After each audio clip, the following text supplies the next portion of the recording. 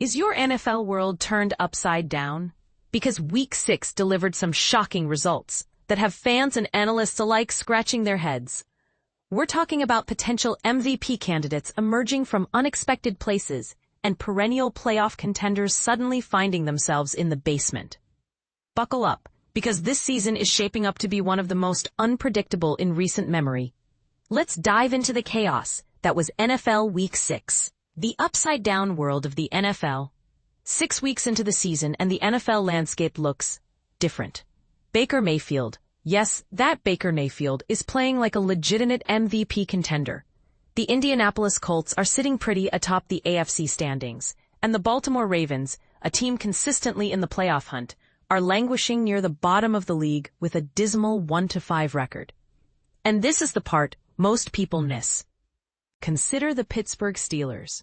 With a seemingly ageless Aaron Rodgers under center, they're dominating the AFC North, a division they haven't conquered since 2020. Who saw that coming? Early in the season, comebacks are the norm. There have been a staggering 27 game-winning scores in the final 3 minutes of regulation or overtime. This is the highest number ever recorded at this point in an NFL season. It seems like no lead is safe, and every game is going down to the wire. Chargers edge out Dolphins amidst team turmoil. The Los Angeles Chargers orchestrated one of those thrilling comebacks, defeating the Miami Dolphins and sending Mike McDaniel's squad spiraling to a 1-5 record.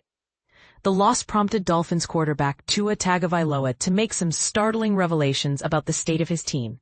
We'll get to that shortly. Jets plummet to new lows. Meanwhile, the New York Jets are desperate for a spark, but it seems nowhere in sight. Head coach Aaron Glenn's tenure has started with 6 straight losses.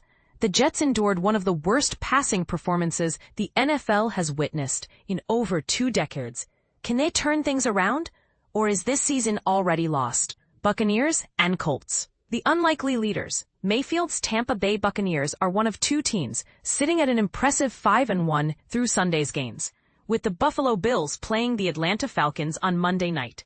The other, the Indianapolis Colts, who narrowly escaped with a 31-27 victory over the Arizona Cardinals after a truly bizarre day.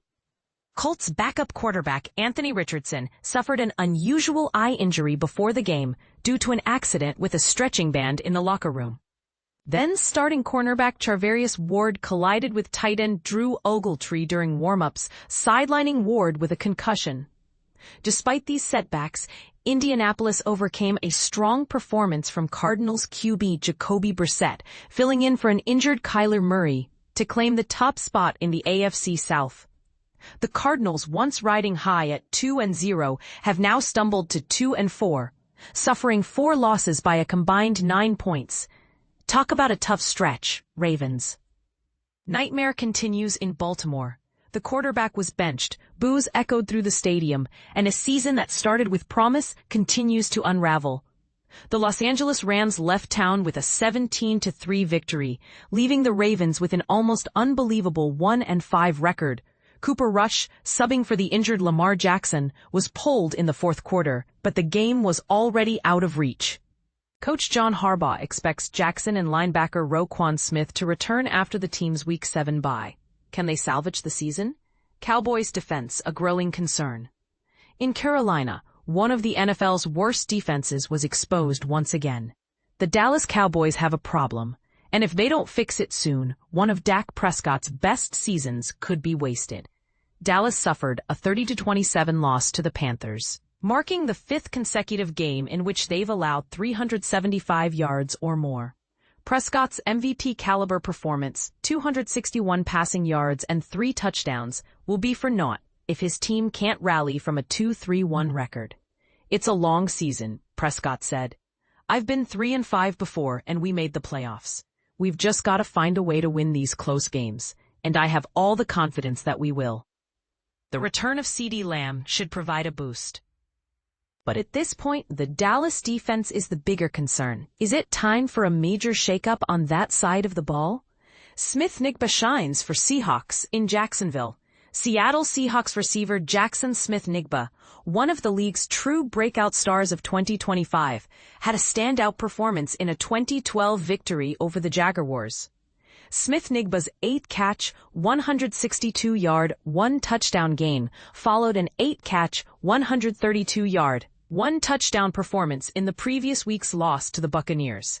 This third-year wideout is leading the league in receiving yards, 696. The Seattle pass rush also deserves credit for Sunday's win, as they sacked Jaguars quarterback Trevor Lawrence 7 times. Browns' offensive woes deepen. To sum up the Browns' season, let's borrow the words of star pass rusher Myles Garrett. To lose the same way every time, it's frustrating as hell. The Browns' offense has failed to score 20 points in a single game this season, and the team now sits at 1-5.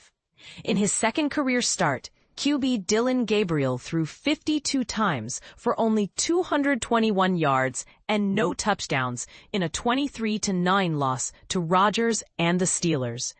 Is it time for a change at quarterback? Flacco's Bengals debut ends in defeat. Joe Flacco's new team didn't fare any better than his old one, as the Cincinnati Bengals fell to the Green Bay Packers by a score of 27-18. Flacco was solid in his Bengals debut, throwing for 219 yards and 2 touchdowns, especially considering he learned the offense during a phone call with head coach Zach Taylor while driving from Cleveland to Cincinnati earlier in the week. The Bengals managed to defeat Jacksonville in the game where they lost Joe Burrow to a toe injury, but they've lost 4 straight since. Can Flacco be the answer to their offensive struggles? Patriots surge, Saints stumble. Led by Drake May's 261 yards and 3 touchdowns, the New England Patriots defeated the New Orleans Saints 25-19 to improve to 4-2, matching their win total from each of the past 2 seasons. This marks 3 consecutive victories for Mike Vrabel's team, their best start since 2019. The Saints, on the other hand, are struggling at 1-5. Raiders snatch a win in Las Vegas. The Raiders secured their first victory since Week 1, defeating the Tennessee Titans 20-10. The Titans, who are battling the Browns for the title of worst offense in the league, failed to score any points until the third quarter and turned the ball over 3 times. Key takeaways from NFL Week 6. Don't count out the Chiefs. 5 games into the season, concerns were swirling around the Kansas City Chiefs. The offense seemed less potent, the defense wasn't as sharp, and those close wins from the previous year were now turning into losses.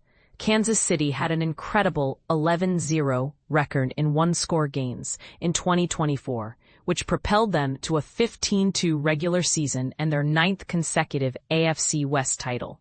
However, heading into Sunday night's game against the Detroit Lions, the Chiefs were 2-3 on the year and 0-3 in one-score games, with those 3 losses coming by a combined 12 points. But here's where it gets controversial. Are the Chiefs still a team to be feared?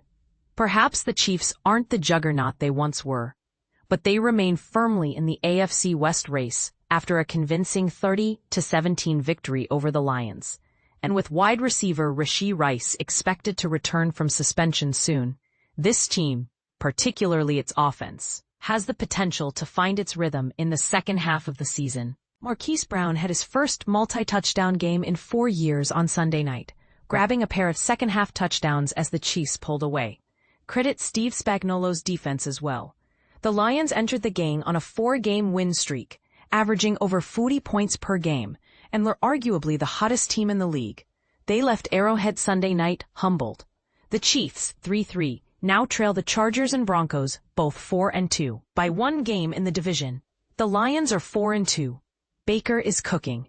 He's played for 4 teams, traded by the Browns, released by the Panthers, and spent a month with the Rams.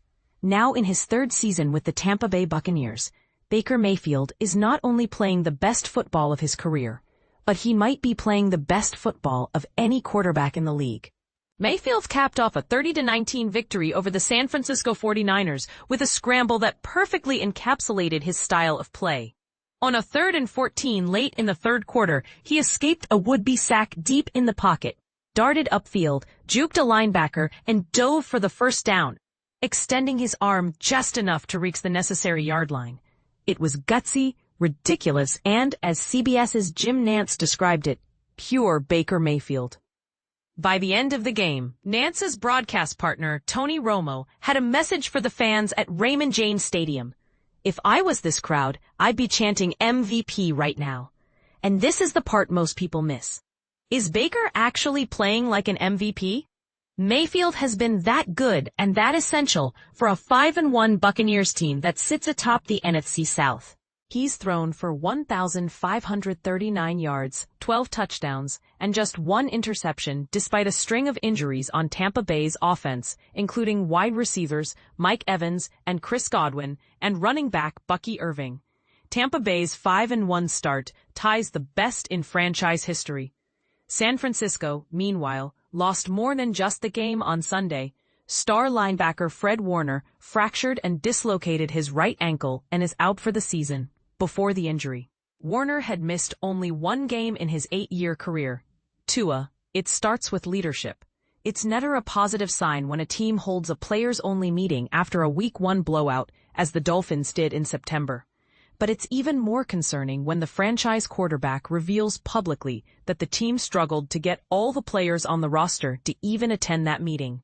This is what Miami quarterback Tua Tagovailoa had to say when asked about preventing a bad season from getting worse following his team's 29-27 loss to the Chargers, which dropped the Dolphins to 1-5. I think it starts with the leadership and helping articulate that for the guys, and then what we're expecting. We're expecting this. Are we getting that? Are we not getting that? We have guys showing up to player-only meetings late. Guys not showing up to player-only meetings. There's a lot that goes into that. Do we have to make this mandatory? Do we not have to make this mandatory? It's a lot of things of that nature that we've got to get cleaned up. And it starts with the little things like that.